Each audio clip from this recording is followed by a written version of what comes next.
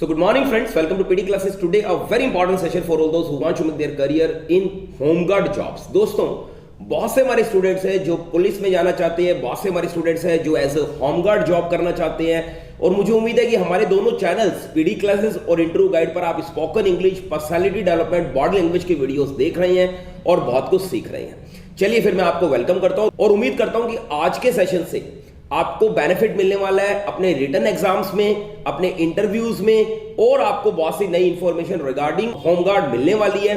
उम्मीद है जो भी व्यक्ति, जो भी स्टूडेंट, चाहे वो बॉय हो या गर्ल हो, अगर इवन पुलिस में भी जाना चाहता है तो ये जो वीडियो है ये उनके लिए बहुत बेनिफिट देगा। तो चलिए मैं वेलकम करता हूं काजल आपको। ये एक मॉक सेशन है। सबसे पहले काजल मैं यही जानना चाहूंगा आपसे कि होमगार्ड का मीनिंग क्या है, मीन्स होमगार्ड से हम क्या समझते हैं? सर होमगार्ड भारत में जो अर्धसैनिक के रूप में कार्य करते हैं। ओके। सर ये भारत में स्वैच्छिक बल माना जाता है जो पुलिस की सहायता के लिए तैनात किए गए हैं। ओके। सर जब भारत और चाइना के मध्य युद्ध हुआ, इसके पश्चात 1962 में होमगार्ड का गठन किया गया। ओके। और सर ये भारत के कुछ ही हिस्सों में तैनात किए गए थे। राइट। सर समय के अनुसार इन्हें भारत के 26 राज्यों में तैनात किया गया। ओके। और अगर मैं आपसे ये पूछूं कि होमगार्ड का प्रोफाइल क्या है, मींस वर्क प्रोफाइल क्या है, तो उसमें आप क्या बताओगे? सर होमगार्ड के अलग अलग कार्य होते हैं। यह कई राज्यों में जो पुलिस होती हैं उनके जो सहायता करनी होती है, इनको तैनात किया जाता है सहायता के लिए। जैसे कि ट्रैफिक में हम देखते हैं कि सहायता करते हुए दिखाई देते हैं और ज़रूरत पड़ने पर कई सहायता करते हैं और ये पुलिस ऑफिसरों की निर्देशानुसार कार्य करते हैं। ओके, तो आप थोड़ा इसमें ब्रीफ कर सकते हैं कि जो ये सहायता करते हैं तो ये किस तरीके से सहायता करते हैं और किस किस डिपार्टमेंट में करते हैं, थोड़ा इसको डिटेल में बताइए। यस सर, जब हमारे देश में त्यौहार होते हैं तो त्यौहार में सुरक्षा के लिए इनकी ड्यूटी लगाई जाती है। बिल्कुल। और सर जब चुनाव होते हैं तो सार्वजनिक स्थानों पर व्यवस्था बनाए रखने के लिए इनकी ड्यूटी लगाई जाती है। बिल्कुल। सर गवर्नमेंट और प्राइवेट संस्थानों पर काम करने के लिए इनकी ड्यूटी लगाई जाती है। और सर ट्रैफिक में इनकी ड्यूटी लगाई जाती है जरूरत पड़ने पर। और सर एटीएम और बैंक जो परिसर होते हैं, उनकी सुरक्षा के लिए जरूरत पड़ने पर तब उनकी ड्यूटी लगाई जाती है। Very right. अच्छा, अब आप मुझे ये बताइए कि होमगार्ड की आवश्यकता हमारे देश को क्यों पड़ी?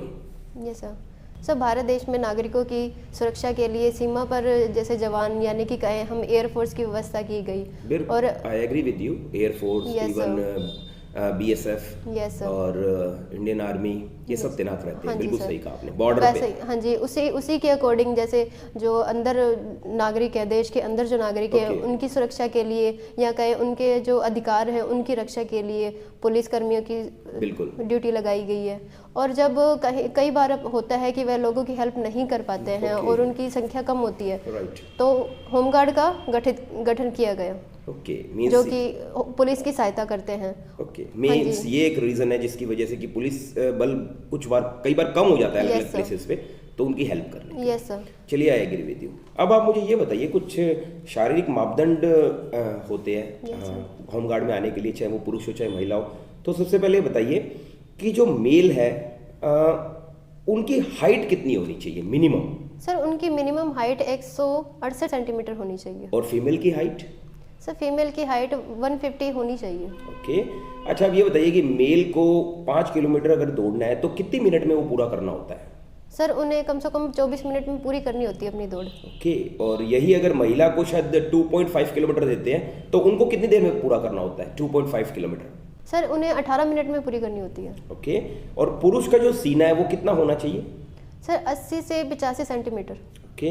महिलाओं में लंबी कूद और पुरुषों में लंबी कूद कितने फीट करवाई जाती है, कुछ बता सकते हैं? Yes sir. सर महिलाओं में तो 8 फीट मांगी जाती है और पुरुषों में 12 फीट। वंडरफुल।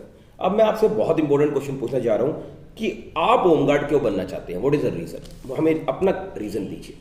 सर मैं बचपन से ही कॉम्पिटिटिव गर्ल रही हूँ और मुझे चैलेंजेस पसंद हैं। राइट। और सर इस जॉब के द्वारा मैं पुलिस की मदद कर पाऊंगी और सर देश की रक्षा करना मेरे लिए सौभाग्य की बात होगी इस जॉब में कार्य करके।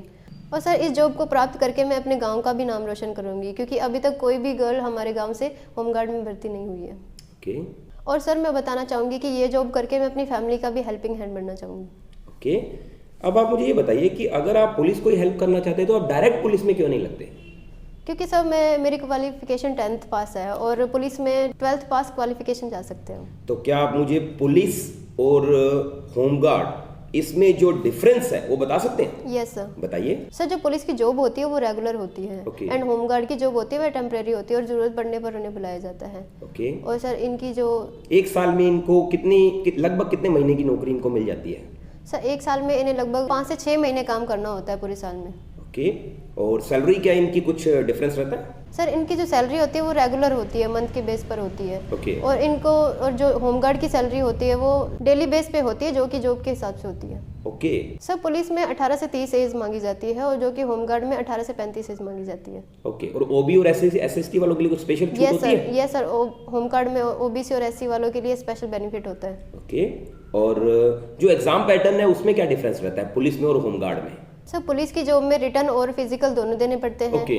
और जो होमगार्ड की जॉब होती है उसमें कई स्टेट में रिटर्न नहीं होता, फिजिकल देना होता है ओनली। कईयों में रिटर्न भी देना पड़ता है और कईयों में फिजिकल भी देना पड़ता है। ओके।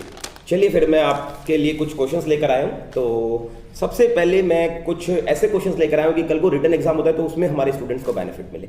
तो चलिए मैं क्वेश्चन पूछ रहा हूँ आपसे। एक हिंदी बेस्ड क्वेश्चन है कारक का। वह कुल्हाड़ी से वृक्ष काटता है, इस वाक्य में किस कारक की विभक्ति है, बता सकते हैं? यस सर, इसमें करण की विभक्ति है। ओके। इनमें से कौन सा शब्द क्रिया से बना हुआ विश्लेषण नहीं है? मैं आपको एग्जांपल दे रहा हूं। चालू, कमाऊ, समझना और पंडित। सर समझना। गुड। इंद्र शब्द का स्त्रीलिंग रूप क्या है? इंद्राणी। Very good. भाषाई आधार पर सर्वप्रथम किस राज्य का गठन हुआ था? सर आंध्र प्रदेश का। गुड। कोई ऐसी भाषा बताइए जो देवनागरी लिपि में लिखी जाती है? सर मराठी। गुड। अब आप बताइए कि दूरित दुख देने न थे जब ज्ञात अपरिचित जरा मरण भ्रूपांत पंक्ति के रचनाकार कौन है? सर ये है पंक्तियां सुमित्रानंदन पंत ने बोली हुई है। Very good. कचेरियों में हिंदी प्रवेश आंदोलन का मुख्य पत्र किस पत्र को कहा जाता है? सर भारत मित्र को। Very good. Fort William college की स्थापना कहां हुई, बता सकते हैं? यस सर, कोलकाता में। आपका जीके बहुत स्ट्रांग है। संविधान के किस अनुच्छेद में कहा गया है कि संघ की राजभाषा हिंदी और लिपि देवनागरी है? ये संविधान के किस अनुच्छेद में कहा गया है? सर अनुच्छेद 343 में। गुड। मौर्य समाज ने उत्तर प्रदेश राज्य सहित संपूर्ण भारत पर कितने वर्षों तक शासन किया था? सर लगभग 145 वर्ष तक। गुड। लोक निर्माण विभाग द्वारा निर्मित पक्की सड़कों की कुल लंबाई कितनी है? 91,000 किलोमीटर। गुड। राष्ट्रीय जलागम विकास कार्यक्रम कितने प्रतिशत से कम सिंचाई क्षमता वाले क्षेत्रों में लागू किया गया है? सर 30%। गुड। अब आप बताइए कन्हार सिंचाई परियोजना किस जनपद में अवस्थित है? सोनभद्र। ओके। टिहरी पन बिजली कॉम्प्लेक्स किस नदी पर अवस्थित है? सर ये भागीरथी नदी पर स्थित है। ओके। सौरमंडल का जन्मदाता किसे कहा गया है? सर सूर्य को। ओके। कौन सा नगर भूमध्य रेखा के निकट है? Sir Singapore. ओके। अब आपसे मैं होमगार्ड रिलेटेड ही क्वेश्चन पूछ रहा हूं। कमांडेंट होमगार्ड किसे कहा जाता है? सर कमांडेंट होमगार्ड का कार्य होता है कि जितने भी होमगार्ड्स हैं उनको सुपरवाइज करना और कंट्रोल करना। ओके। और सभी होमगार्ड्स उनके अंडर में कार्य करते हैं। ओके।